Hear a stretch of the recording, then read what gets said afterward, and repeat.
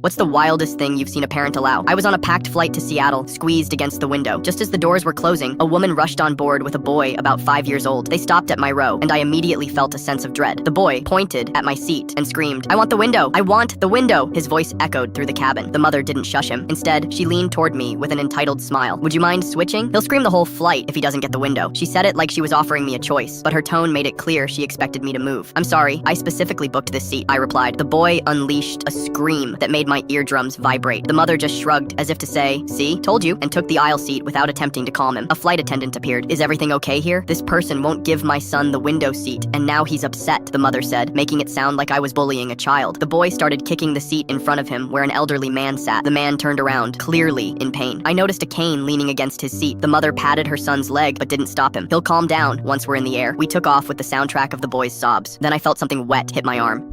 The boy was deliberately squeezing his juice box, so drops landed on me. She glanced up from her phone. "Ethan, don't waste your juice," she said, but made no move to take it away. No apology to me, nothing. 20 minutes into the flight, the boy unbuckled his seatbelt and stood on his seat. The mother was watching a movie with headphones in. The boy grabbed my book and threw it to the floor. "Hey," I said. The mother removed one earbud. "What's the problem now? Your son threw my book on the floor." She sighed. "Ethan, that's not nice. Say sorry." "No, I want the window." She just shrugged and returned to her movie. The elderly man turned around. "Would you like to switch seats with me?" Before I could answer, the mother jumped in. "That would be wonderful. Ethan, this nice man is giving you a window seat." "Actually, I was offering my seat to this person, not your child," the man clarified. The mother's expression hardened. "Well, that doesn't help the situation, does it?" The boy started kicking the elderly man's seat again, harder. The man winced in pain. "Ma'am, your son needs to stop kicking the seat. This gentleman might have back problems." "He's 5, she hissed. "He has energy. What do you expect?" A flight attendant paused. "Is there a problem?" "This child keeps kicking my seat, and I've had recent back surgery," the elderly man explained. "Ma'am, please keep your son from kicking the seats." "Everyone's attacking me just because my son is a little energetic," the mother protested. As they argued,